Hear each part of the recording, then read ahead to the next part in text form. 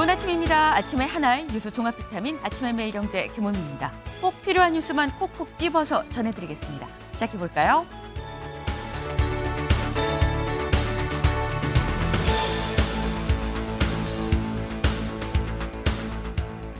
매일경제 1면입니다. AI 거품론 제압한 갓비디아였다라는 소식이죠. 어제 저희도 방송 중에 전해드렸었습니다. 이 엔비디아 전망치를 훌쩍 뛰어넘는 실적, 어닝 서프라이즈라고 하죠. 어닝 서프라이즈를 기록했다. 역대 최고 실적을 자랑했다라는 겁니다. 여기 보겠습니다. 8월부터 10월 매출 62%가 증가한 83조 원. 신기록이다라는 거죠. 역대 최고였었다. 덩달아 코스피도 그래서 4천선을 또 탈환을 했습니다. 최근 불어온 이 AI 거품론을 단번에 제압한 거 아니겠느냐라는 얘기가 나오는데 그런데 오늘 새벽 들어온 속보 이 소식이 있었죠. AI 거품론이 재부상하면서 뉴욕의 나스닥은 2% 이상 하락장으로 좀 마감을 했다라는 소식도 들려왔습니다. 오늘 새벽 뉴욕 증시를 했는데 아직 8시죠. 잠시 뒤 9시에 우리 장이 열리면 개미들의 움직임이 또 어떻게 움직일 것이냐 주목이 좀 됩니다. 다음 기사 볼까요? 한겨레입니다. 패스트트랙 충돌 1심 국힘의원 모두 유죄. 네. 지금 무려 6년 전인 2019년에 있었던 연동형 비례대표제 공수처 등등의 사건으로 부딪혔던 바로 그 패스트트랙 충돌 사건 드디어 1심 결과가 나왔습니다. 그런데 관련해서 결국 여기 볼까요? 나경원 등 6명 다 벌금형 유죄를 받았다라는 거죠. 한겨레는 모두 유죄였다라고 지금 얘기를 하고 있는 똑같은 사안 중앙일보는 어떻게 제목을 뽑았을까요? 같이 보시죠. 중앙일보입니다. 패스트트랙 충돌, 나경원 등 유죄, 의원직은 전원 유지. 네. 한겨레는 모두 유죄였었고 중앙일보는 전원 의원직 유지라고 제목을 지금 뽑았죠. 1심 재판부 이번 판단, 유죄가 방점이냐, 의원직 유지가 방점이냐, 검찰은 항소를 하는 거냐.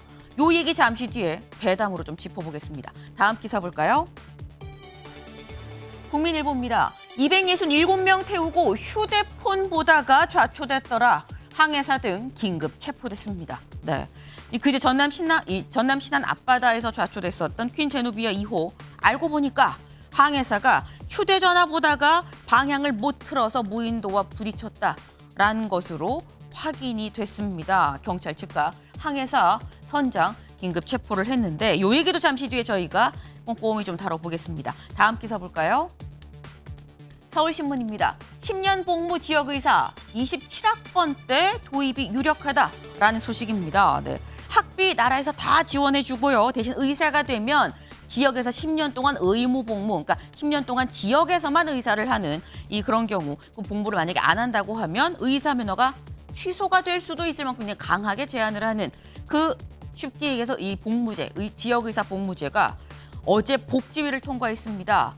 그래서 연내에 본회의까지 완전히 다 통과해서 이 추진을 하겠다라는 건데 이렇게 되면 27학번 때 도입된다고 하죠. 27학번이면 지금 누구냐?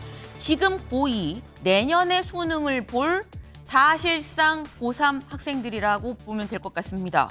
이 27학번부터 적용이 된다라는 건데 이게 적용이 되면 만성 지역의사 부족 사태가 해결이 될지 관심이네요.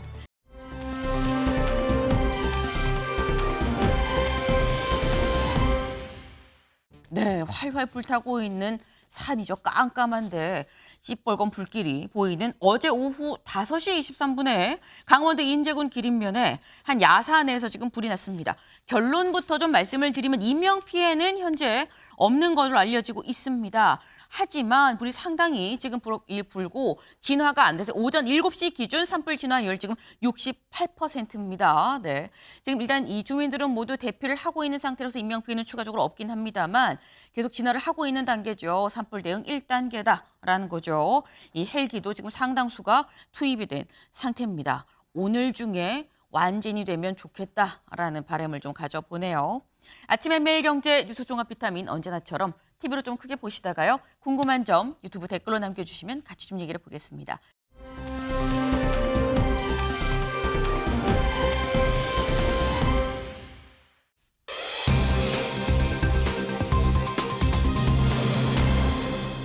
총체적 난국입니다. 기사 같이 보시죠. 항해사 휴대폰 보며 한눈 팔다가 방향을 못 바꿨다라는 거죠. 방향을 바꿀 시점에 휴대폰 보다가 아차 해서 바로 쑥 가서 박을 수밖에 없었다라는 건데 이것도 참 어이없는 이유긴 한데 항해사가 한눈 좀 한번 팔았다고 이럴 수가 있어? 지금 조타실에 항해사 한 명만 있는 것도 아닌데라는 생각 들지 않으시나요? 알고 보니까 다음 기사 볼까요? 서울신문입니다. 자리 비운 선장, 한눈 판 항해사, 손 놓은 관제센터. 삼박자가 골고루 다 있었다라는 거죠. 이 관련해서 이 그래픽 준비된 게 있습니다. 같이 보시죠.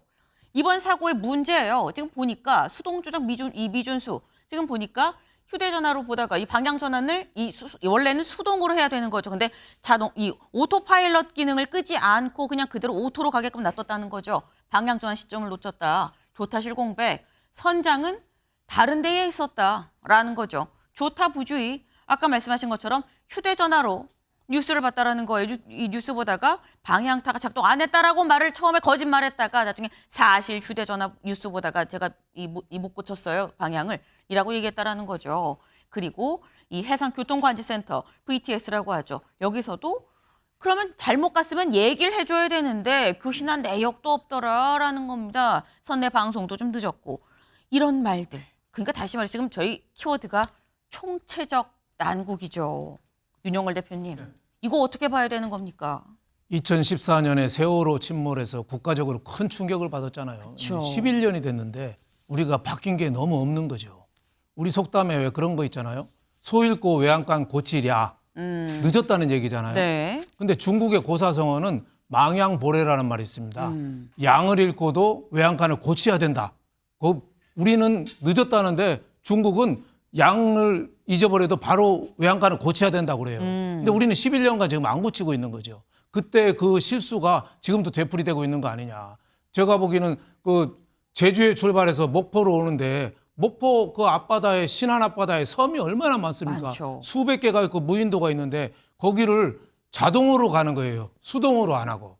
그리고 또 1등 항해사는 그 도착하기 직전에 그 중요한 시점에 네. 휴대폰 보고 있고 선장은 또 자리를 비우고 있고 엉터리도 이런 엉터리가 없죠. 또 해상교통관제센터는 또 관제 통신도 안 한 걸로 이렇게 나오고 네. 또 선내방송도 없고 너무 참 10년 감소했다는데 정말 267명이 탄 배에 사고가 없는 게 얼마나 큰 다행인지 몰라요. 안도를 하면서 물론 뭐 그때 세월호 때보다 대피도 침착하게 했고 승무원들도 뭐 빨리 했고 해경 출동도 빠르긴 했지만은 그때 11년 전에 비해서 우리가 달라진 게 뭐가 있느냐 이런 좀 반성을 좀 해봅니다. 네. 엉터리도 이런 엉터리가 어딨냐. 11년 전에 그 사고를 당했다고 한다면 이젠 이런 일은 없어야 되는 거 아니냐라고 말씀을 하셨어요.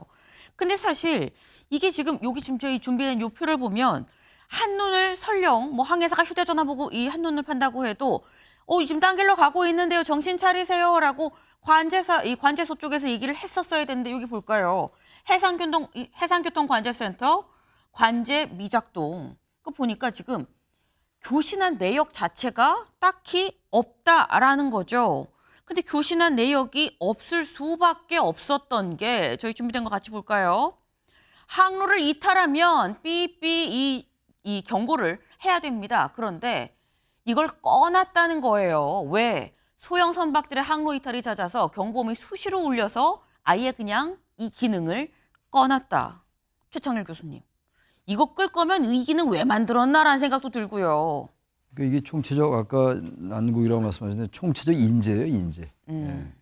저런 시스템이 있음에도 불구하고 시스템이 귀찮다고 봤던 거 아닙니까? 수시로 울리니까 아예 그냥 필요 없다 뭐 이런 건데 글쎄요 이소우에 나온 것처럼 왜 양측이 목동이 얘기하니까 아예 그냥 계속 생각 안 하듯이 그런 건데 저게 글쎄요 가능한지 모르겠어요. 저 기능이 있고 시스템이 있는데도 저 부분을 귀찮다고 아예 작동을 금지시킨 저 부분 철저히 이제 엄벌에 쳐야 됩니다. 여러 말씀도 하셨잖아요. 항해사도 그렇고 네. 선장 조타수들 또 VTS는 왜 여기 대해서 안 했던 게 원인이 밝혀졌으니까 분명히 해야 되는데 이게 작년에도 말이죠.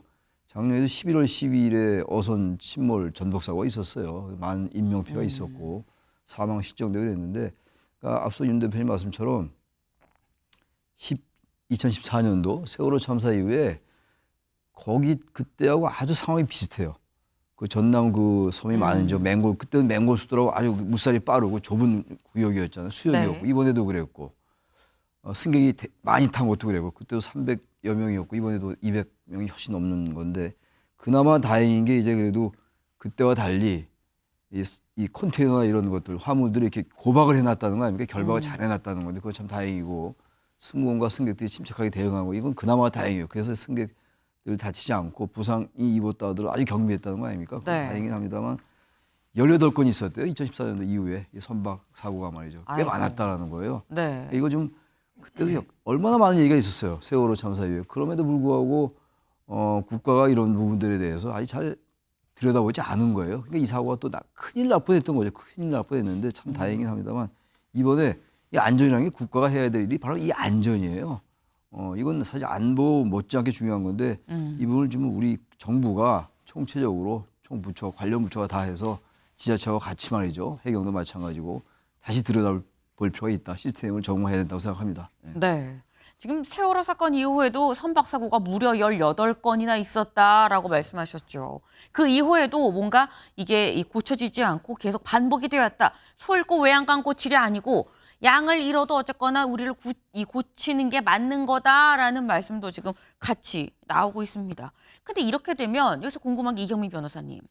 처벌은 어떻게 되는 거예요? 사실 세월호 선장은 그때는 사실 이 인명피해가 상당했기 때문에 살인죄가 적용돼서 무기징역을 받았던 걸로 좀 기억을 하거든요. 근데 이번은 정말 천만다행으로 인명피해가 전혀 없는 상태입니다.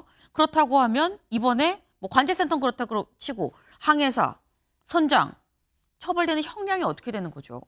항해사 입장에서는 이제 어쨌든 그때 당시에 이제 여객에 타고 있는 승객들의 생명 신체를 보호할 의무가 있거든요. 네. 그래서 지금 어느 정도 이제 승객분 몇 명은 지금 피해를 입었다. 그러니까 이제 그 병원에 입원도 하고 이제 진료를 받았다라고 하니까 그러면 이제 이런 부분들에 있어서는 중과실이 있다라고 볼 수밖에 없고 그래서 중과실 치상죄가 적용이 되면 이 최대형이 이제 5년 이하의 금고입니다. 그래서 이제 동시에 여러 명이 다쳤기 때문에 뭐 지금 상태에서는 5년 이하의 금고형이 적용될 가능성이 지금 높다. 예, 그렇게 생각이 되고 지금 선장 같은 경우에는 좁은 수로를 지날 때는 어쨌든 선장실에 그 조타실에 이제 본인이 제시를 해서 해야죠. 지휘를 했어야 되거든요. 네. 근데 그런 부분들을 안 했기 때문에 이런 선원법 위반도 될 수가 있고 그래서 그 부분은 이제 1년 이하의 지금 금고인데 사실 이 부분에 있어서는 사실 좀 형량이 조금 낮은 측면도 있기는 있습니다. 근데 네. 이제 뭐 선장도 배 전체를 지휘 감독해야 될 그런 의무가 있다라고 연장선상에서 보게 되면 이 상해가 있었던 부분에 대해서 중과실 치상의 책임도 물을 여지도 있다.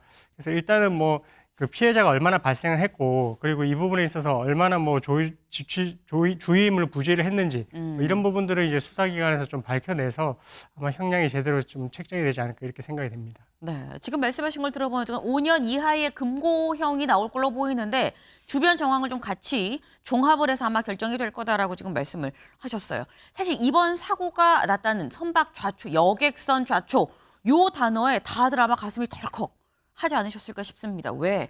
말씀 중에 나왔죠. 2014년 세월호 사건을 떠올릴 수밖에 없었기 때문인 건데 동아일보 기사 같이 볼까요? 항로 이탈 모른 관제센터 뒤늦은 대피 방송 세월호 때랑 판박이다라는 얘기가 지금 나오고 있습니다. 이 굉장히 이 그때랑 지금이 상당히 좀 비슷한 상황. 여객선에다가 이 방송도 좀 늦고 이거 이 인명피해가 큰 거 아니야라는 얘기가 있는데 근데 결과는 그때랑 완전히 달랐죠. 국민일보 기사 같이 볼까요? 침착한 대응, 단단한 고박, 신속 출동, 대형 참사를 그래서 면할 수가 있었다라는 겁니다. 아까 나온 3박자, 뭐 자리 비운 선장, 한눈판 항해사, 손놓은 관제센터가 있었다고 하지만 또 반대로 침착한 대응, 단단하게 이 고박, 이 결박시킨 이 화물들 그리고 신속한 출동, 해경이 이 신속한 출동 등등이 이 대형 참사를 면할 수 있었다라는 건데 실제로 탔었던 승객들 이렇게 얘기를 하고 있습니다. 같이 볼까요? 네. 건장한 성인분들은 급하지 않은 거니까 일단 노약자부터 좀 정리를 하고 그리고 우리 탑시다라고 얘기하면서 상당히 좀 질서정연한 상황이 빚어졌다라는 거죠. 그래서 임산부, 어린이, 노약자부터 순차적으로 다 이 족기하고요. 세월호 때를 생각하면 족기를 하지 않은 사람도 상당히 많았었고 족기를 못한 사람도 많았었고 너도 나도 막 뒤엉키는 경우도 상당히 있었고 그랬었는데 그런 거 없었다. 다들 그때를 생각하고 차분하게 줄을 섰고 침착하게 대응을 해서 가능했었다라는 거예요. 근데 확실히 이게 윤영걸 대표님, 사실 이런 일이 선박사고가 또 발생한 건 발생을 하긴 했습니다만 그때랑 결과가 달랐던 건 분명히 또 우리가 11년 전에 이 이후에 또 느낀 바가 있기 때문이 아닌가라는 생각이 들거든요. 아무래도 그때 학습 효과가 어느 정도는 있었다고 봐야죠. 그 화물 카페리 온데 267명이 탄 건데 네. 그래도 그 세월호 때는 화물이 한 군데로 쏠리면서 금방 좌초했잖아요. 이거는 그래도 단단하게 결박을 했고 또 다른 점이 한 3분간 이탈해서 한 1.6km 정도 그 항로를 이탈해서 그 무인도 족도라는 데에 부딪혀서 쓴 거예요. 올라탄 거예요. 네. 그러니까 비교적 이 파도나 악천후라든지 이런 거에 대해서는 영향이 조금 자유로웠다고 볼 수 있죠. 그럼에도 불구하고 비교적 차분한 대응하고 승무원들도 세월호 때는 도망가고 막 그랬는데 이번엔 차분하게 먼저 대응하고 네. 승객들도 침착하고 상당히 이번에 그런 점에서는 뭐 긍정적인 신호였다. 뭐 이렇게 볼 수 있겠지만은 그럼에도 불구하고 아까 처벌 얘기했는데 네. 자동을 수동으로 안 했다고 해서 처벌할 수 있는 규정은 없거든요. 네, 권장 사항이거든요. 네. 그래서 아마 제가 보기에는 이번에 승무원들이나 선박회사를 엄벌에 처해야지 이런 사건이 안 날 텐데 제가 보기에는 얼렁뚱땅 처벌 끝나지 않을까 뭐 이런 생각이 좀 들고 누가 다친 사람 없잖아 뭐 이렇게 해서 그냥 또 넘어가지 않을까 저는 이런 생각이 좀 듭니다. 네. 우려를 좀 담아서 말씀을 해주신 거예요. 사실 이게 딱히 정말 위법하기 때문에 처벌을 한다라고까지는 또 볼 수가 없기 때문에 얼렁뚱땅 안 다쳤으니 좋다, 좋은 게 좋다 하고 넘어가면은 이런 일 재발할 텐데 이러면 안 되는 거 아니냐라는 말씀이셨습니다. 정말 그야말로 천만다행이란 말을 몇 번 하는지 모르겠어요. 그야말로 천만다행으로 인명피해는 없었습니다만 중요한 건 일이 재발하지 않는 거겠죠. 정말 중요한 대목이 아닌가라는 생각을 좀 해봅니다. 다음 키워드로 넘어가 볼까요?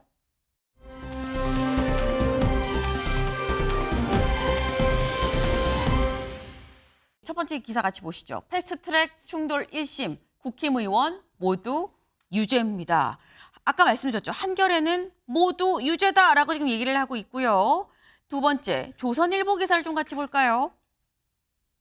패스트트랙 충돌 유죄, 국힘 6명 의원직은 유지, 의원직은 유지했다라고 뽑았습니다. 그럼 경향신문은 뭐라고 얘기를 했느냐? 유죄는 맞지만 의원직은 유지했다라고 뽑았어요. 근데 이걸 보면 최창일 교수님, 이번 재판부의 판단 유죄가 방점인 겁니까? 의원직 유지가 방점인 겁니까? 점 어디다 찍어야 되는 겁니까? 의원직 유지가 전 방점이라고 봐요. 의원직 유지가 유지 시켜준 거예요. 전 그렇게 봅니다. 네. 유죄라는 게 뭡니까? 유죄라는 얘기만 하면 일단 문제가 있었어 이렇게 얘기하는 거잖아요. 근데 지금 그게 아니라 문제가 있는데 의원직을 상실할 정도, 피선거권을 박탈될 정도의 그건 아니야. 살려줄게. 이런 것 같아요. 재판부의 생각. 그래서 이제 경향, 한겨레, 조선의 그 관점이 다 방점이 다른 데 찍힌 거 아니겠어요? 이게 참 이상한 게 이게 그 패스트트랙이라는 게 그 당시 아까 말씀하신 것처럼 그 준연동형 비례대표제라든지 네. 검경 수사권 조정 문제, 공수처 설치 뭐 이런 것들 때문에 그때 이제 야당이 소수였잖아요. 지금 현재 그 지금 한나라당 그 당시였는데 소수니까 소수 때문에 오히려 이제 다수가 의견을 못 하니까 그게 패스트트랙에 올린 거란 말이에요. 패스트트랙. 네. 그건 최장 330일이면 일단 무조건 절차가 진행되는 거니까 그걸 막겠다고 이제 정개특위, 사개특위, 사법개혁특별위원회 다 막고 의안가 점령하고 바로 뭐 지금 사진이 있잖아요. 바로 들고 다 누워 있고 말이죠. 이건 엄청난 동물국회예요. 뭐 동물의 세계도 그렇게는 안 할 것 같아요. 근데 그러면 이거를 엄밀하게 뭐라면 동물국회를 막기 위해서 어떠한 이유로도 국회의 폭력은 안 된다라는 것 때문에 한 건데 지금 법원은 지금 그것도 5년, 6년 만에 2020년도 1월에 기소됐거든요. 5년 10개월 만에 한다고 한 게 전부 아주 교묘하게 특송무 집행방해는 형사법이니까 그거는 금고 이하로 하고 말이죠. 그리고 이 국회법, 국회선진화법 위반은 벌금 400만 원 이하로 하고 아주 재판부가 아주 그걸 의원직을 유지시키기 위해서 상당히 노력한 흔적이 있다. 대단히 유감이다라는 생각이 좀 듭니다. 네. 방점은 의원직 유지에 사실상 찍혀 있는 거 아니겠느냐. 재판부가 국민의힘 의원들을 살려줬다라고 나는 해석을 한다라고 말씀을 하셨어요. 사실 형량이 정확히 어떻게 나왔길래 대체 이렇게 평가를 하는 것이냐라고 생각하실 수 있는데 저희 그래픽 같이 볼까요? 이번에 나온 1심 선고 국민의힘 의원들에 대해서 이렇게 나왔습니다. 나경원, 그러니까 지금 구체 혐의가 특수공무집행방해 등의 혐의가 있고요. 국회법 위반 혐의가 있습니다. 그런데 특수공무집행방해 등의 혐의는 금고 이상의 형이 나와야 사실 이 의원직이 상실되는 거고요. 국회법 위반 혐의는 벌금 500만 원 이상이 나와야 상실되는데 하나하나 좀 보죠. 나경원 의원, 첫 번째는 벌금 2천만 원, 금고가 아니죠. 벌금 400만 원, 500만 원 미만입니다. 송원석 의원, 벌금 1,000만 원, 네, 150만 원, 김정재 1,000만 원, 150, 윤한홍 600, 150, 이만희 700, 150, 이철규 400, 150이다. 모두 다 금고 이상이 나온 사람도 없고요. 국회법으로, 요 아래 줄이 국회법이다. 국회법으로 500만 원이 넘게 받은 사람도 없다라는 거죠. 그러니까 지금 말씀하신 것처럼 의원직 상실이 되지 않는 수준의 형량이 나왔다라는 건데 여기에 대해서 나경원 의원은 이렇게 해석을 합니다. 직접 들어보시죠. 무죄 선고가 나오지 않은 것에 대해서는 아쉽게 생각합니다. 그러나 법원은 명백하게 우리의 정치적인 이러한 저항한 거에 대한 명분을 인정했습니다. 결국 민주당의 독재를 막을 최소한의 저지선을 인정했다고 봅니다. 네, 이렇게 얘기하죠. 민주당 독재를 막을 최소한의 저지선을 법원이, 재판부가 인정을 한 거 아니겠느냐라고 나경원 의원은 해석을 하고 있습니다. 그런데 정청래 대표는 어제 SNS에 또 이렇게 얘기를 했어요. 같이 보시죠. 장고 끝에 악수를 둔다고 나경원 봐주기 판결에 분노한다. 법원이 국회폭력을 용인을 해준 거 아니겠느냐. 조희대 사법부답다. 장고 끝 악수다. 나경원 봐주기다라고 지금 얘기를 하고 있어요. 윤영걸 대표님 어떻게 보십니까? 저는 뭐 두 분 다 좀 경강부회로 너무 끌어당겨서 아전인수격으로 해석한 거 아니냐 뭐 이런 생각이 좀 들어요. 네. 아까 뭐 최 교수님께서 국회직 유지냐, 국회의원직 유지냐, 또 하나는 그 유죄냐. 유죄냐 네. 뭐인데 저는 유죄의 무게를 좀 두고 싶어요. 왜 그러냐면 국민의힘 의원 나경원 의원 쪽에서 면책특권하고 저항권을 주장했거든요. 네. 국회의원은 국회 내에서 한 건 면책특권이다. 국민적인 저항권을 또 인정한 거다. 뭐 이렇게 했는데 법원에서는 그거 일축했어요. 국회의원이 폭력인데 그건 면책특권이 될 수 없고 또 일반 국민들이 헌법상 침해를 받을 때 저항권이 있는 거지 국회의원들이 국회에서 논의하는데 폭력을 행사한 게 무슨 저항권이냐 일축했거든요. 그래서 저는 이번에 어떻게 보면 폭력에 대해서 상당히 엄하게 꾸짖은 거다 뭐 이런 생각이 좀 들어요. 다만 꼭 그렇게 국회의원직까지 배지까지 떼야 되느냐 이런 측면에서 그 장찬 그 법원장이 네.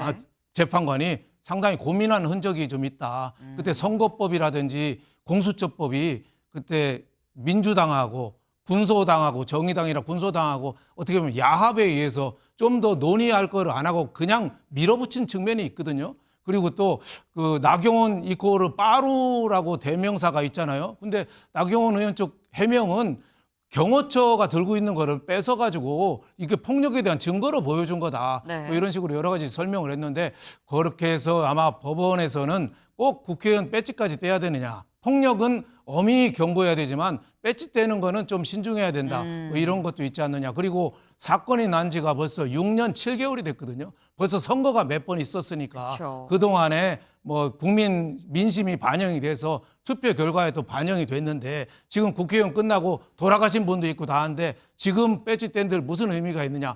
저는 뭐 현실을 감안한 어떻게 보면 준열한 경고다. 저는 이렇게 봤습니다. 네.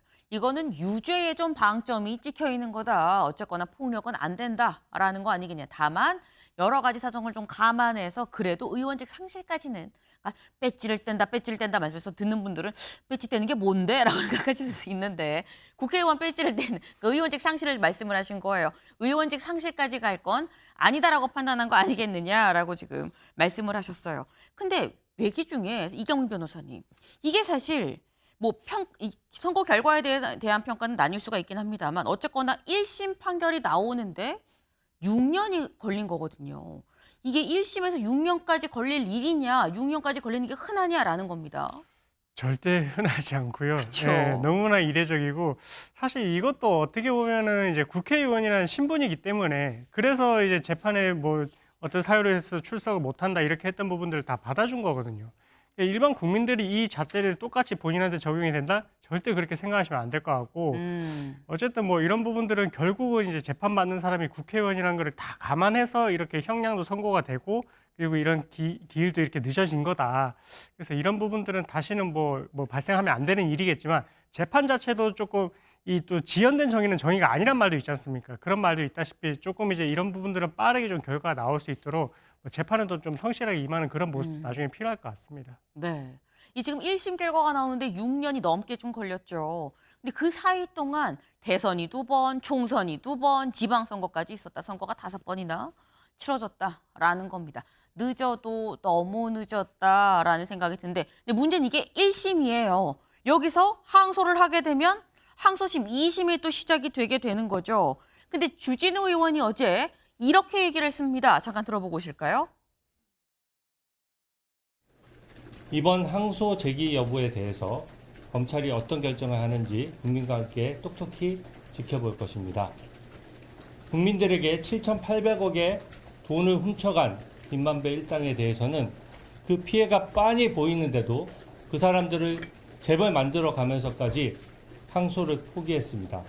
이 무리한 기소와 구형을 반복해서 항소를 제기하는 것은 국민의 피해가 하나도 없는데도 항소권을 남용하는 것이고 실질적으로 야당을 또다시 입틀막하는 것이라고 생각합니다.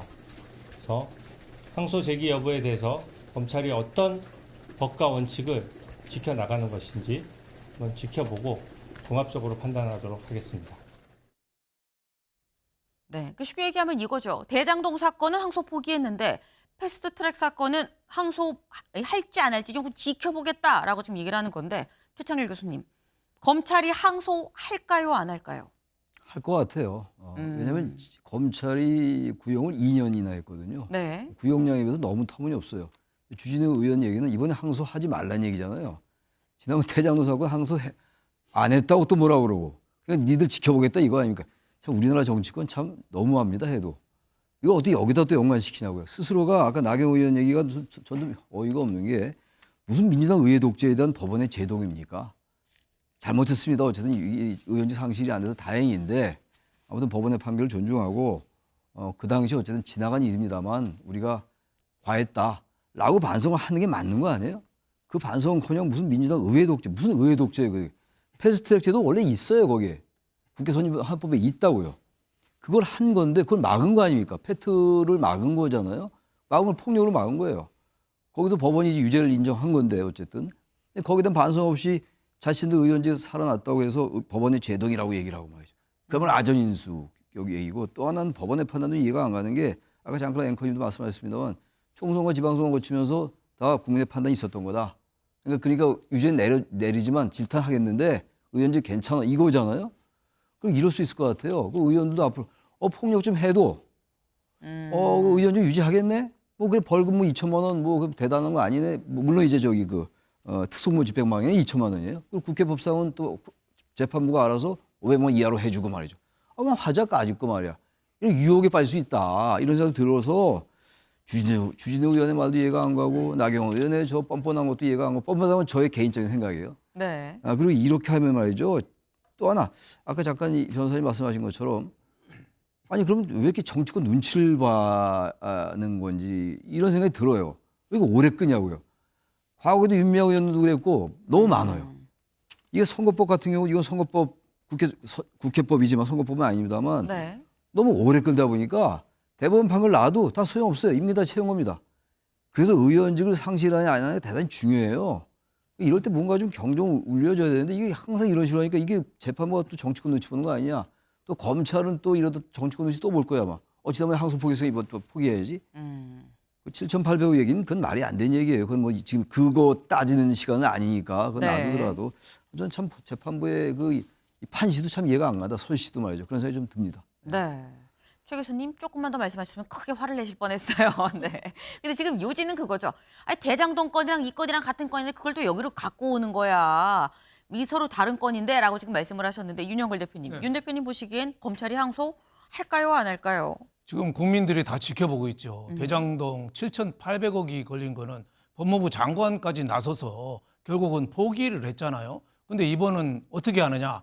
여기에 대해서 상당한 시금석이 있는 건데 저는 좀 안 했으면 좋겠어요. 항소를. 왜냐하면 법원에서 정치적으로 관여하는 거는 이제 좀 어느 정도 제어를 하는 게 맞지 않느냐. 물론 뭐 폭력은 잘못됐지만 물론 전제 조건으로 국민의힘이 저는 관련자들이 좀 사과를 해야 된다고 봐요. 네. 또 28일 날 국민의힘만 있는 거 아니에요? 민주당 의원 10명이 또 판결이 그 패스트트랙 폭력에 대한 구형이 예정돼 판결이 있죠. 또 나와요. 네. 그러면 여야가 좀 논의를 해서 좀 사과하고 항소 취하하고 이제는 절대 폭력은 없겠다. 뭐 이런 식으로 좀 결자 해지를 하는 게 좋지 않겠느냐. 뭐 이렇게 싶은데 모르겠어요. 저는 뭐 국회가 그게 자정작용이 있을지. 근데 그때 폭력했다를 초래한 게 그 공수처법하고 네. 선거법 개정이잖아요. 공수처법이 그동안에 767억 예산을 써서요. 여태까지 6명 기소해서 2명 구속시키고 다 무죄로 나왔습니다. 공수처가 있으나 마나예요. 또 선거법, 연동형 선거법 했는데 네. 그 얼마나 엉터리입니까? 위성정당 나오고 뭐 의원 꿔주게 하고 우리나라 정치를 엉망으로 만든 그 두 법이 그때 통과된 거예요. 그러니까 국민의힘이 그때 항의하고 막은 거는 저는 열심히 한 건 잘했는데 다만 폭력이 그건 반성을 해야죠. 그런 의미에서 정치권에서 좀 사과하고 반성하는 모습을 보이고 이제는 좀 풀고 좀 미래를 위해서 나가야 되지 않겠나 저는 이렇게 생각했습니다. 그럼 짧게 요것만 좀 추가로 여쭤볼게요. 일단 검찰이 항소 안 했으면 좋겠어요 라고 말씀을 하셨는데 그럼 검찰이 패스트트랙에 항소를 안 하면 대장동 항소 포기한 것도 같이 맞물려서 유야무야 좀 넘어갈 수 있는 걸까요? 그거하고 그거는 별개죠. 그건 또 별개입니까? 이거는 정치인 국회의원 뭐 몇 명 다 네. 민주당하고 다 합해서 10몇 명이 논의된 거고 이거는 7,800억은 성남 시민의 돈 아닙니까? 이거는 특별법을 저는 만들어 가지고 항소 포기한 건 어떻게 되살릴 수 없어요. 특별법을 만들고 지금 재판을 다시 지금 손해배상 성남시에서 제기한 게 있어요. 네. 그 법이라도 다시 해가지고 위법한 행위에 의해서 항소 포기가 된 거니까 다시 좀 저는 되돌려야 된다고 생각합니다. 알겠습니다. 아니다. 그래도 대장동은 대장동이지라고 말씀을 하셨는데 사실 대장동 사건 관련해서 그때 왜 항소 안 하는 겁니까를 얘기를 했을 때 그때 정성호 법무부 장관이 뭐라고 얘기를 했었냐. 아니 피고인들 중에서 구형보다 더 세게 나온 사람도 있고 그렇기 때문에 지금 봤을 때 굳이 항소를 안 해도 될 것 같아요 라고 얘기를 했었죠. 그럼 이번 1심 판결의 구형이 얼만큼 나왔었는데 그중에 얼만큼 인정이 된 건지 좀 같이 보겠습니다. 네, 검찰 구형 나경원 2년, 송원석 10월 200만 원, 이정재 10개월 300만 원, 윤한홍, 이만희 다 지금 징역형이 나왔죠. 그리고 이철규 300만 원 이었었는데 이건 구형이죠. 검찰은 이렇게 주세요라고 얘기를 했고 이게 받아들여진 게 여기서 지금 뭐 2천만 원, 1,000만 원, 뭐 600만 원, 700만 원 이렇게 지금 받아들여졌다라는 겁니다. 근데 그럼 여기서 생각을 할 때 이경민 변호사님. 검찰의 항소 기준은 구형의 2분의 1 정도가 되면 보통 항소를 하지 않는다라고 얘기를 하는데 하나는 징역형이고 하나는 또 벌금형인데 이거는 어느 정도를 반으로 봐야 되는 거야라는 생각이 또 들어요.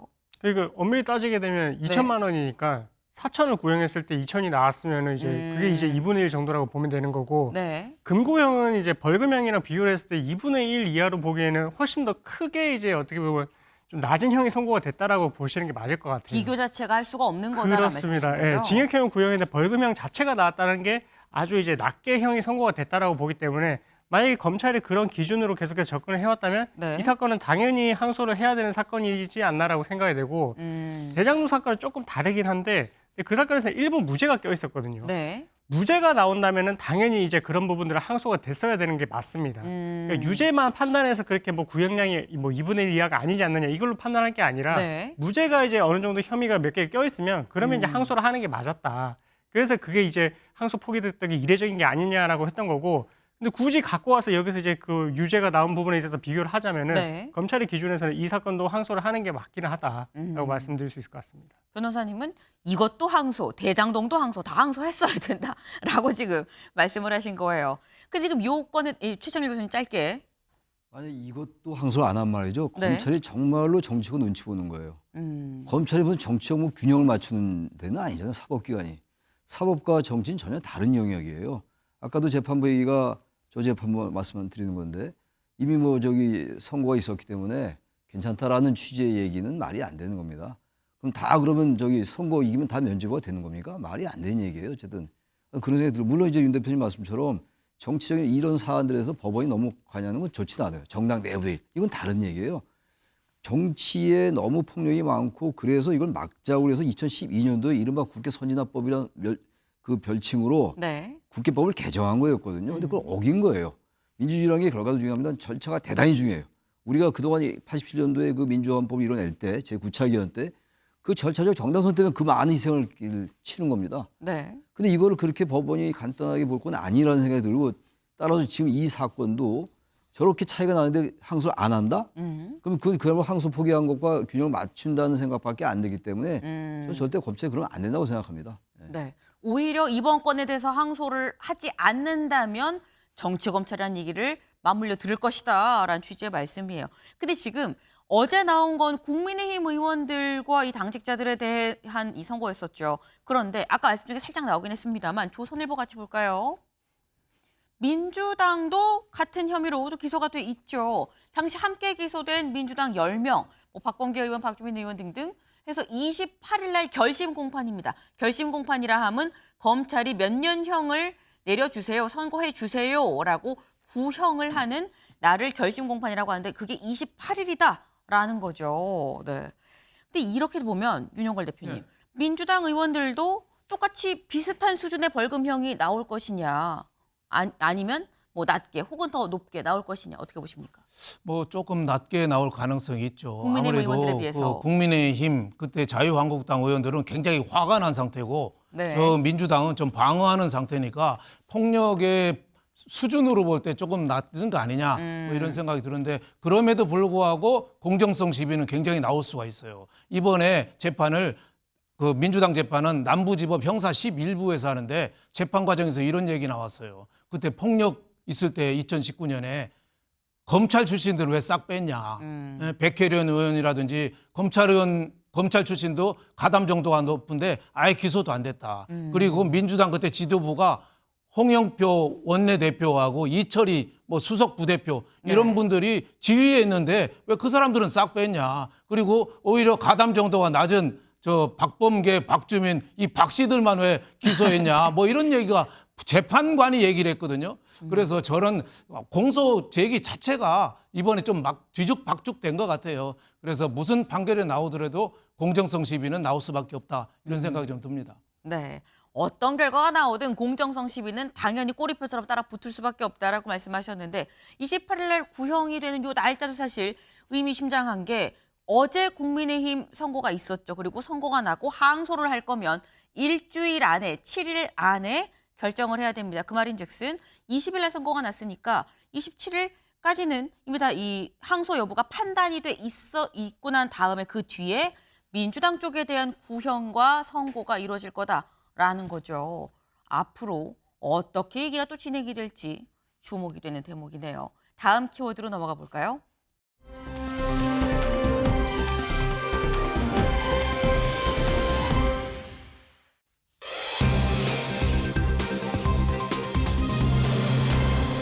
작심 홍장원입니다. 약간 작심 홍장원 선생 같은 약간 그런 느낌이 없잖아 있는데 기사 같이 볼까요? 홍장원, 윤 직접 신문에 이재명 한동훈이 간첩은 아니지 않습니까? 라고 얘기했다라는 거죠. 어제 있었던 윤석열 전 대통령의 이 내란 혐의 재판 이제 30회차를 좀 들어가고 있습니다. 증인으로 다시 한번 나왔어요. 홍장원 전 차장. 근데 이 홍장원 전 차장을 윤석열 전 대통령도 직접 증인 신문을 했다라는 거죠. 두 사람 사이 어떤 얘기가 오갔는지 직접 들어보시죠. 싹 다 잡아들이라 했는데 그때는 누구 잡아들이라고 말씀하셨던 아니 겁니까? 그게 지금 아까 얘기를 하셨잖아. 계엄 선포 담화문에 보면은 이 저 반국가 세력, 뭐 종북, 주사파, 뭐 반국가 세력 이런 얘기를 제가 막 쓰잖아요. 싹 다 잡아들이라고 한 것은 반국가 단체였다라고 말씀하신 거지 않습니까? 아니 본인이 반국가 단체, 나는 그때 예, 반국가 간첩이라고 단체, 하셨습니까? 그럼요. 간첩을 잡아들이. 아니 난 누굴 저는 잡아들이라고 하신 겁니까? 간첩이라는 말도 안 썼고 예, 그럼 누구를 잡아들이라는 반국가 겁니까? 단체라는 말도 안 썼는데 예. 그 저기 뭐야 내 그 계엄 선포 담화문을 보고 네.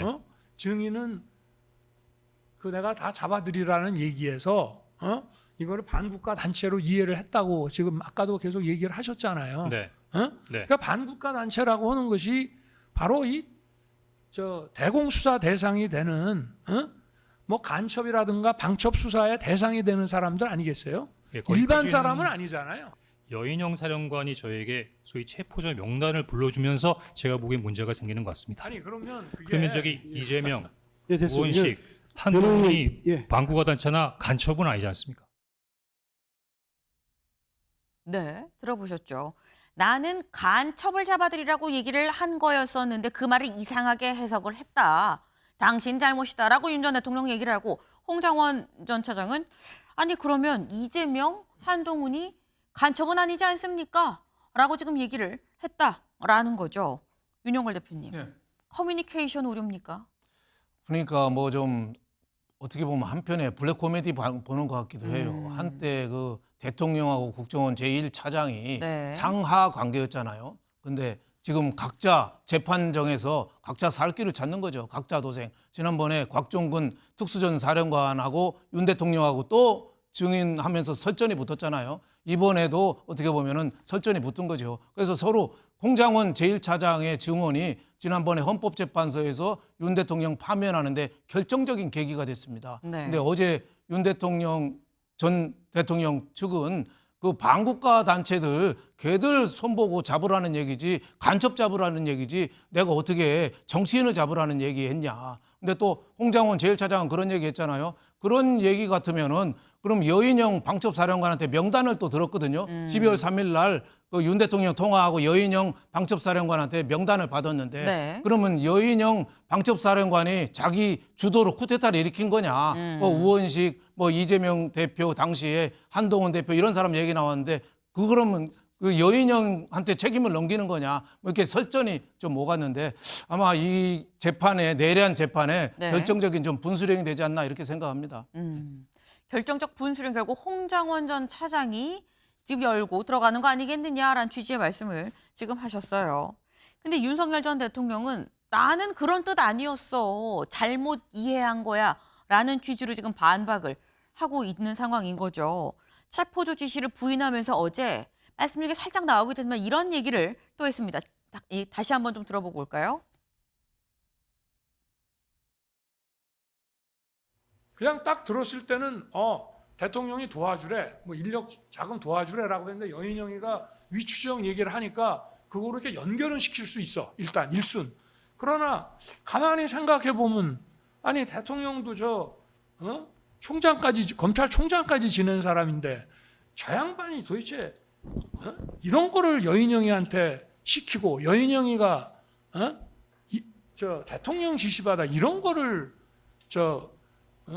증인한테 부탁한다는 건 이게 좀 연결이 좀 잘 안 되지 않습니까? 어떻습니까? 그 당시 느낌. 예. 대통령이 지시하지도 않았는데 네. 일개 군의 삼성 장군인 밤쪽사령관이 이재명 야당 대표, 우원식 국회의장, 한동훈 여당 대표를 체포 구금해서 방첩사 구금시설에 구금하고 심문하겠다고 하는 거는 그러면 방첩사령관 혼자 생각이란 말씀이십니까? 아니 그게 요지입니다. 그 실시간 위치 추적 부탁하는 거 보니까 이 친구 이거 좀 이상하네라는 생각이 들었으면 피고인 부하에게 책임을 전가하시는 건 아니죠? 아니 그 얘기를 하는 게 지금 아니에요. 네. 윤석열 전 대통령이 아니 어떻게 생각하세요? 내가 검찰총장까지 한 사람이 그거를 이 지시를 하겠어요? 상식적으로 그러니까. 아니 그럼 일개 군사령관이 대통령 지시도 없는데 체포 구금해서 조사를 하라고 중간에서 얘기했다라는 건데 지금 마지막 말 이거였죠. 부하한테 책임 전가하시는 거 아니죠? 라고 얘기를 했습니다. 최창일 교수님 어떻게 보셨어요? 윤 전 대통령의 말이 이해가 안 가요. 그 일단 다른 걸 다 떠나서 그 말의 자체에서 맥락적 논리가 별로 없어요. 무슨 말을 하는지 이해가 안 간다고. 아무리 그 자체 윤 대통령 말이 틀렸다 맞다를 떠나서 그 말 자체 내부에서 문장 내부 이게 전형적인 비문이에요. 비문. 문법이 아니고 우리 비문이라고 하잖아요. 네. 일단 납득이 안 가고 저거 해봐야 저건 저기 홍장원 차장의 말이 설득력이 있어요. 그럼 전 또 이해가 안 가는 게 검찰총장까지 했던 분이 왜 국회에다 병력을 투입합니까? 그 자체부터 말이 안 되는 거예요. 지금 이게 홍장원 1차장의 얘기 때문에 이제 결정적으로 헌재에서 파면됐다라고 말씀하셨는데 뭐 그런 점이 없지 않습니다. 그게 헌재 재판 때 탄핵 재판 때 이 홍장원의 얘기가 굉장히 이 논쟁거리였어요. 이 메모가 잘못됐다, 뭐 잘못 옮겼다, 얼마나 그게 치열했습니까? 근데 그런 걸 떠나서 이게 아니더라도 말이죠. 비상계엄의 요건도 아니었고 다 지나간 얘기 이제 하기도 싫은데 벌써 1년 다 돼갑니다. 벌써 내일모레가 12월 3일이니까 병력을 국회에다 침투시키고 그리고 싹 다 잡아들이라 그거 곽정훈 전 장관이 계속 했던 얘기가 인원들 있으면 끌어내리라 뭐 그것도 부인하고 있는 거 아니에요. 윤 전 대통령이 저렇게 얘기하지 말고 딱 인정하고 내가 잘못했다. 좀 이렇게 나가면 안 될까요? 저렇게 정말 구차하게 앞뒤 논리도 안 맞는 말을 계속 여인영 방첩사령관이 그야말로 1개 3소장관밖에 안 된 사람이 말이 정확히 맞아요. 어떻게 그 여야 대표 국회의장 체포하라고 지시할 수 있어요? 상식적으로? 뭐 재판부가 판단할 일이긴 합니다만 네. 저걸 그렇지 않다고 자기가 얘기했던 건 반국가 세력에 담화가 있음에도 불구하고 그게 아니다라고 얘기하는 그 말이 이해가 좀 안 간다고요. 저는 개인적으로 말이죠.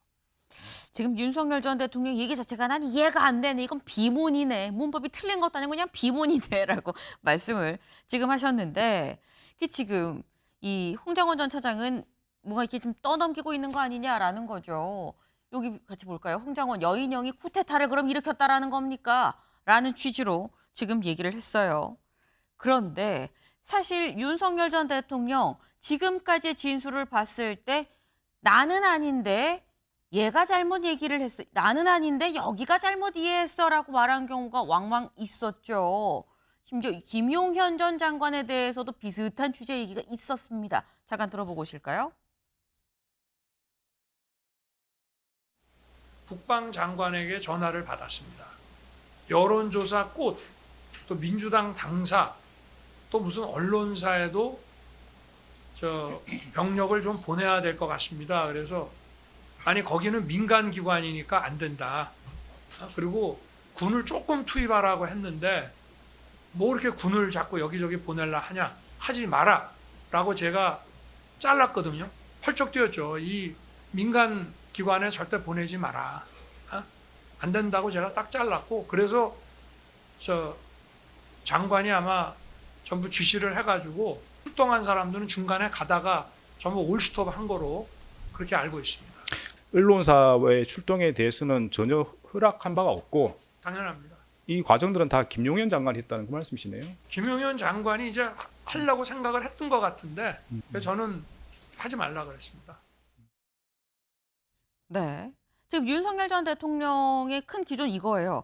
그러니까 나는 그 의도가 아닌데 아래에서 잘못 움직였다라는 취지로 지금 얘기를 하고 있는데 관련해서 궁금한 건 이겁니다. 이경민 변호사님.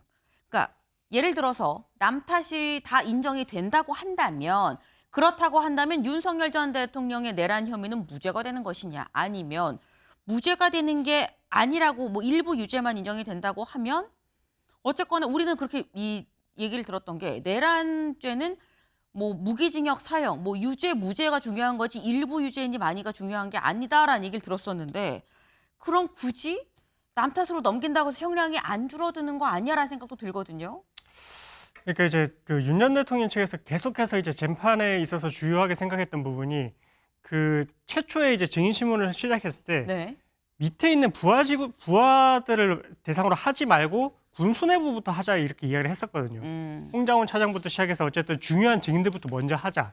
그렇게 해서 만약에 진술의 신빙성이 오락가락하고 내가 지시하지 않았다라는 취지에 뭔가 이제 증인이 그렇게 말을 해줘라는 취지로 어떻게 보면 이제 그런 진술이 나오기를 원했는데 그렇게 됐다면은 이 진술들이 계속해서 이제 뭔가 이제 증인들의 신빙성을 좀 믿기 어렵다. 이렇게 이제 만약에 판단이 되는 쪽으로 갔다라면 네. 그러면은 이 내란 관련해서도 뭐 정말 이제 뭐 확대 해석을 해서 생각해 보면 그럼 내란 관련해서도 정말로 이제 그때 당시에 뭐 이 대공 수사를 위해서 아니면 부정 선거를 위해서 이런 대통령의 의중이 있었고 그건 대통령의 고도의 정치적인 판단 하에 진행을 했던 부분이기 때문에 참작할 여지도 있고 그런 부분들이 결국은 이제 뭐 비상계엄을 선택을 하는 데 있어서 이 폭동까지는 아니었다. 그러니까 뭔가 이제 뭐 국회에 병력을 투입을 한 것도 어느 정도 참작을 할 만한 그런 상황이었다라고 이제 뭔가 이제 본인이 생각했을 때는 좀 이렇게 이 유리한 쪽으로 포섭을 하려고 했었던 것 같은데 근데 그것들이 사실은 뭐 그냥 기계적으로 생각을 하고 이론을 세우는 것과 실제 증인들이 그렇게 이제 진술을 해주는 건 너무나 차이가 크거든요. 오늘 이제 홍장원 차장이 그런 이제 증인 신문을 했을 때 그 윤 전 대통령이 답답해하는 모습, 네. 전형적으로 재판에 갔을 때 증인 신문에서 본인한테 불리한 증언이 계속 쏟아지면 아 제발 좀 이런 증언 좀 해줘라는 식으로까지 보여질 정도로 정말 애절하고 이렇게 처절하게끔 이제 신문을 하는 그런 모습으로도 비춰지는 부분이어가지고 아마 되게 이제 본인들이 생각해왔던 그런 설계대로 가지 않고 이게 정말로 어떻게 보면은 좀 유죄 쪽으로 가는 듯한 뭔가 이제 본인들이 생각했던 유리한 진술을 끌어내려고 했다가 오히려 더 역풍을 맞는 듯한 그런 증언들이 많이 쏟아져 나와서 그래서 뭐 윤 전 대통령이 최초에 생각했던 뭐 내란 우두머리 혐의를 무죄로 만들려고 했던 그 계획은 좀 점점 더 어려워지는 게 아닌가라고 좀 추측이 됩니다. 네. 지금 본인이 생각한 대로 흘러가지 않다 보니까 이런 얘기 저런 얘기까지 나오는 상황으로 지금 보이는 거다라고 말씀을 지금 하셨어요. 근데 이번 홍장원 전 차장 얘기를 들으면서 뭔가 작심하고 나온 것 같다라는 생각이 드는 게 어제 이런 모습이 있었습니다. 잠깐 같이 들어보고 오실까요? 당시 대통령께서 경호처장, 국방장관, 저, 수방사령관, 방첩사령관, 특전사령관, 기타 많은 분들과 통화하셨지 않습니까? 아마 굉장히 급박하게 비상계엄이 발한 상태에서 여러 사람들과 통화를 하셨기 때문에 그런데 당시에 저는 처음으로 대통령으로부터 전화받아서 처음으로 대통령으로부터 지시를 받았습니다. 아마 그때 그렇게 여러 지휘관들하고 여러 통화를 하신 당시 대통령님보다는 당시 대통령으로부터 한 통화의 전화를 받았던 제 기억력이 부족하지만 좀 더 정확하지 않을까요? 증인 당시 술이 많이 돼서 대통령과의 통화를 잘 기억 못하는 거 아닙니까? 당황도 많이 하고. 아, 이거 너무하지 않습니까? 어?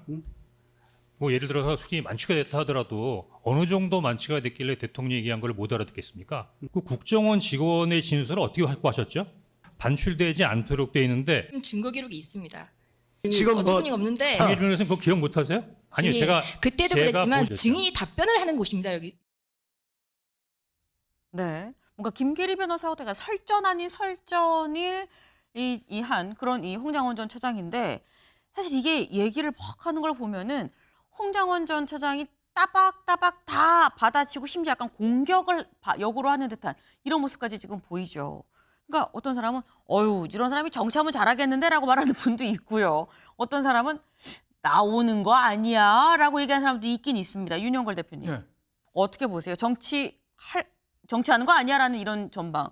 그럴 가능성도 상당히 있죠. 상당히 있다. 뭐 저 증인이면은 되게 물어보는 것만 대답하는 게 증인이잖아요. 네. 빨리 끝내주길만 바라는 게 증인인데 어제는 검사 같잖아요. 상당히 공격적으로 대통령은 여러 사람하고 통화해서 기억을 잘 못하지만 나는 대통령하고 한 사람만 한 번만 딱 통화했는데 그걸 내가 기억을 못하겠느냐 뭐 이런 식으로 얘기하는데 제가 보기에는 어제 상당히 국정원의 그 자료까지 들고 했다는 거에 대해서 어떻게 누설됐냐 이렇게 공격적인 질문까지 하는 거 봐서 되게 윤석열 전 대통령의 이익에 상당히 반하는 뭐 증언을 했다고 봐야죠. 그래서 윤석열 대통령이 좀 전 대통령이 우호적인 증언을 좀 기대했을 텐데 그건 좀 어긋났다 그런 생각이 좀 들고 저 12.3 때 저 어제 그걸 재판을 보고 우왕좌왕하고 뒤죽박죽 했던 거는 분명한 것 같아요. 왜냐하면은 국정원에서 무슨 체포 기능이 있는 게 아니잖아요. 네. 그러니까 대통령이 그 당시에 전화했으면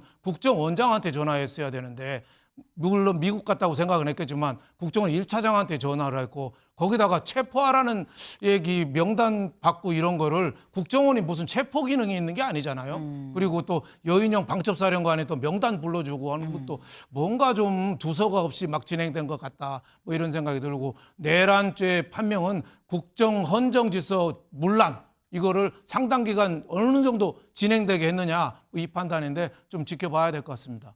네.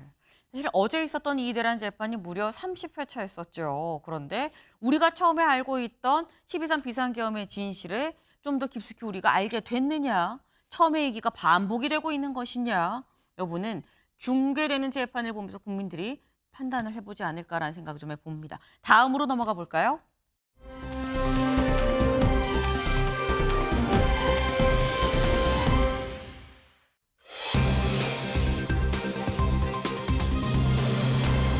한 달 만에 체포입니다. 한 달 만에 체포 보시죠.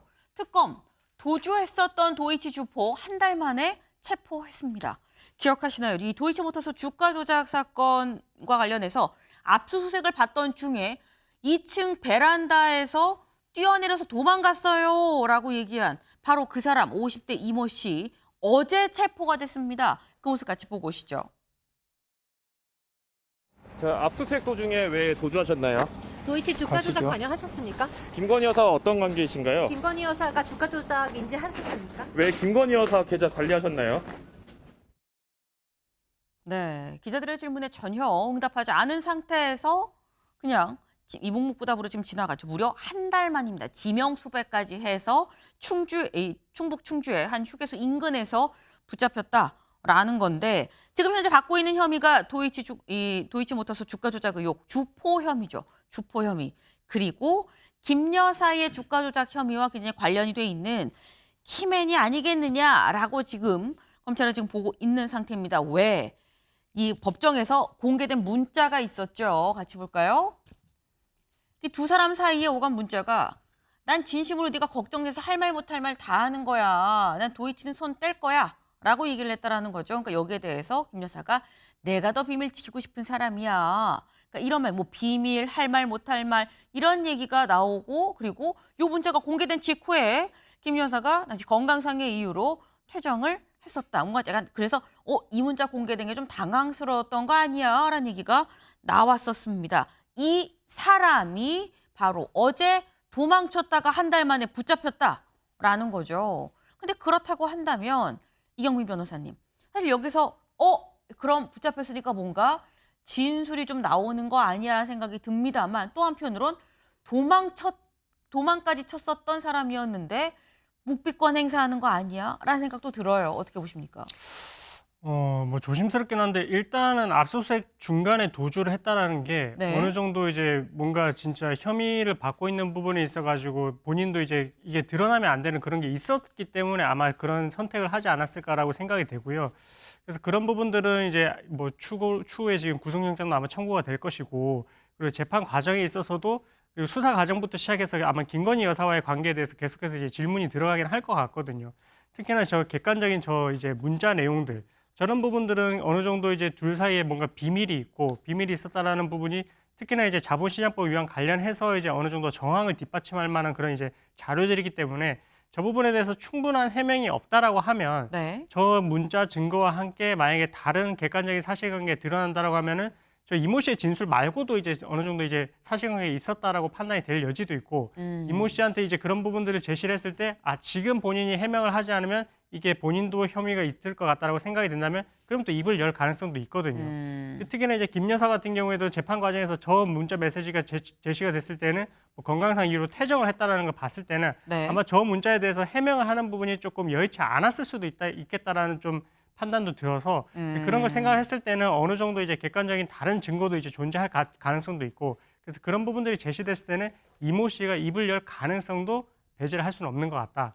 그래서 그런 부분은 앞으로 수사 과정에서 좀 지켜봐야 될 것 같습니다. 네, 김건희 특검 입장에서는 도망쳤던 이 이모 씨를 체포를 한 게 굉장히 좀 이번에 뭔가 힘을 받을 수 있는 그런 상황인데 어제까지는 김 여사의 뭐 친오빠의 이 영장도 뭐 기각이 되고 상당히 좀 이 사면 초과에 몰린 거 아니겠느냐라니까 나왔던 김건희 특검 이번 체포로 뭔가 추가적인 이 동력이 붙을 수 있을 것인가 주목이 좀 됩니다.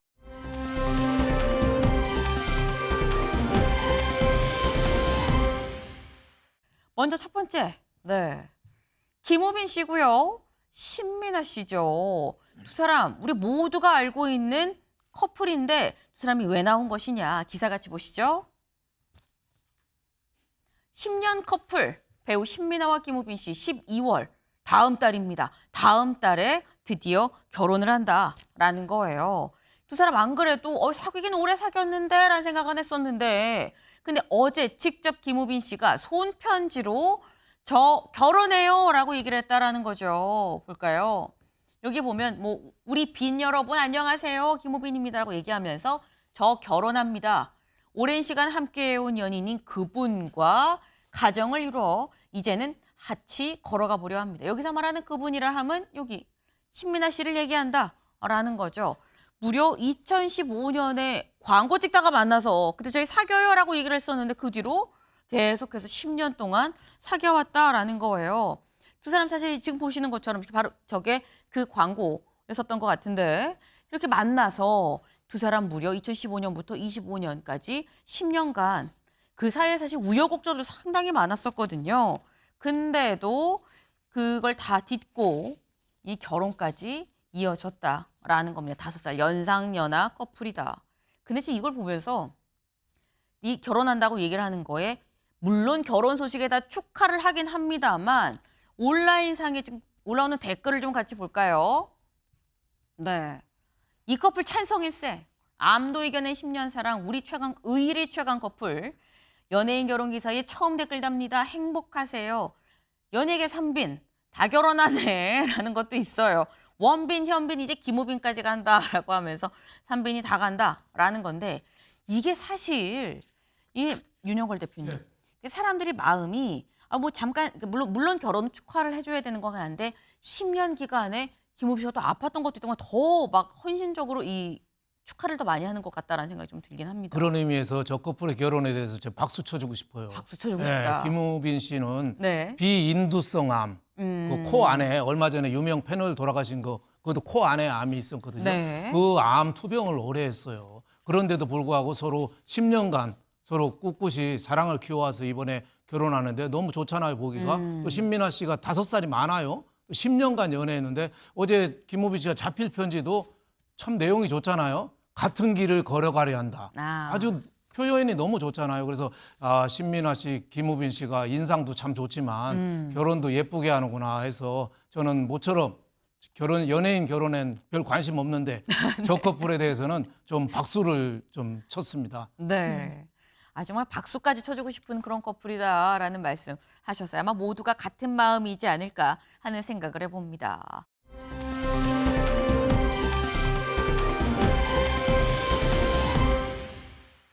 두 번째 인물, 멜라니아 여사입니다. 멜라니아 여사가 왜 나왔느냐 기사 같이 보시죠. 빈살만 환대에서 빛난 멜라니아의 패션 외교다. 멜라니아 여사 자체가 원래 모델 출신이긴 하죠. 그런데 이거 같이 보시면 지금의 이 초록색 진초록 드레스를 입고 등장을 해서 이번에 패션 외교를 했구나라고 칭찬을 받고 있는 상황입니다. 지금 사우디아 왕세자 빈살만이 미국을 국빈 방문 중이죠. 그런데 여기에서 이 옷을 입고 나왔다. 지금 보면 요 멜라니아 여사 뒤쪽에 있는 요 국기랑 색깔이 같죠. 사우디의 국기랑 같은 색깔 드레스를 입고 나왔다라는 건데 아니 뭐 원래 여사들 다 그러는 거 아닌가? 국제 행사든 뭐든 좀 중요한 자리에 뭐 TPO 맞게 그 입는 거 아니야? 라고 생각할 수 있는데 사실 멜라니아가 그동안 상당히 많은 구설이 있었죠. 구설이라고 해야 될까? 이 패션 관련한 구설이 있었습니다. 보면 2017년 8월에 그때 텍사스에 허리케인이 와서 역대급 홍수라고 그랬어요. 그런데 이렇게 높은 하이힐을 신고 와서 뭐 하겠다는 거냐. 지금 홍수가 났는데 라는 얘기를 지적을 들었었고 그리고 그 뒤 2018년 6월에 보면 지금 이때 이민자 아동격리시설에 가서 이게 뭔가 이렇게 뭐 봉사 차원으로 갔었는데 근데 이때 가서 입은 재킷 뒤에 적힌 글씨가 또 문제였었다라는 거예요. 나 정말 상관 안 해. 너는 do you? 라고 써져 있는 이런 모습. 그래서 이게 상황에 맞는 문구냐라는 비판을 받았었고 그리고 또 하나 아프리카를 방문을 했죠. 아프리카를 방문하는데 그때 썼던 모자가 이른바 사파리 모자. 근데 사파리 모자 자체가 약간 갖고 있는 의미가 어떤 식민 지배의 상징의 의미가 있는데 이거를 왜 썼냐라고 했는데 최창일 교수님 이번에 초록 드레스는 어떻게 평가하십니까? 사우디아라비아의 국기 색깔을 의식했다고 봐야 될 것 같아요. 그럼 굳이 저렇게 뒤에 바로 이제 국기가 있는데 사우디 국기가 네. 있는데 색깔을 맞추지 않았을 거고 공교롭게 우연의 일치다라고 보기에는 상당히 정치 의도가 있다고 봐야 돼요. 정치인들의 우리 넥타이 색깔 얘기 많이 하잖아요. 그쵸. 화합을 상징한다고 빨강, 파랑을 넣었다 이런 얘기 많이 하는데 이것도 마찬가지라고 봐요. 그리고 사우디아라비아 왕세자에서 상당한 환대를 하고 있잖아요. 지금 미국이 어떤 중동 정책에 대단히 중요한 그 국가이기 때문에 아마 이 트럼프 대통령 부인도 잘 공식성이 잘 안 나타나잖아요. 이분이. 그런데도 이렇게 옷을 사우디 국기를 의식한 듯한 이런 것을 입고 온 거는 그 상당한 외교에 도움이 되기 위해서 했던 것이 아닌가라고 추정을 합니다. 네. 사실 미국 영부인의 패션 외교까지 우리가 알아야 돼라고 생각하실 수도 있습니다만 안 그랬던 사람이 맨날 구박만 받던 사람이 요번엔 잘했네라는 점에서 의미가 있는 거겠죠.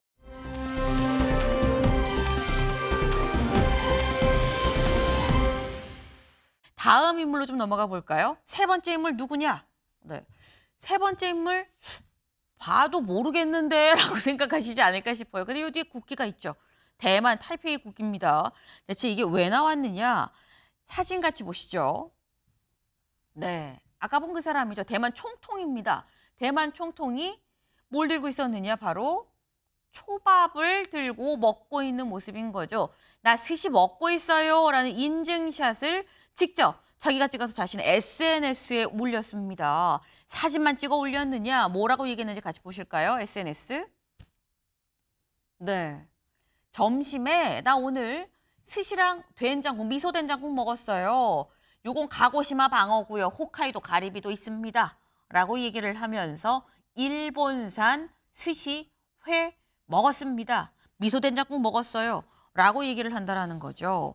이게 의미가 실릴 수밖에 없는 이유. 지금 중국과 일본이 상당한 갈등 국면이죠. 중국이 일본의 수산물 수입을 전면 금지를 한 상황에서 우리는 이거 먹을 거예요. 총통이 나부터도 이거 먹겠습니다.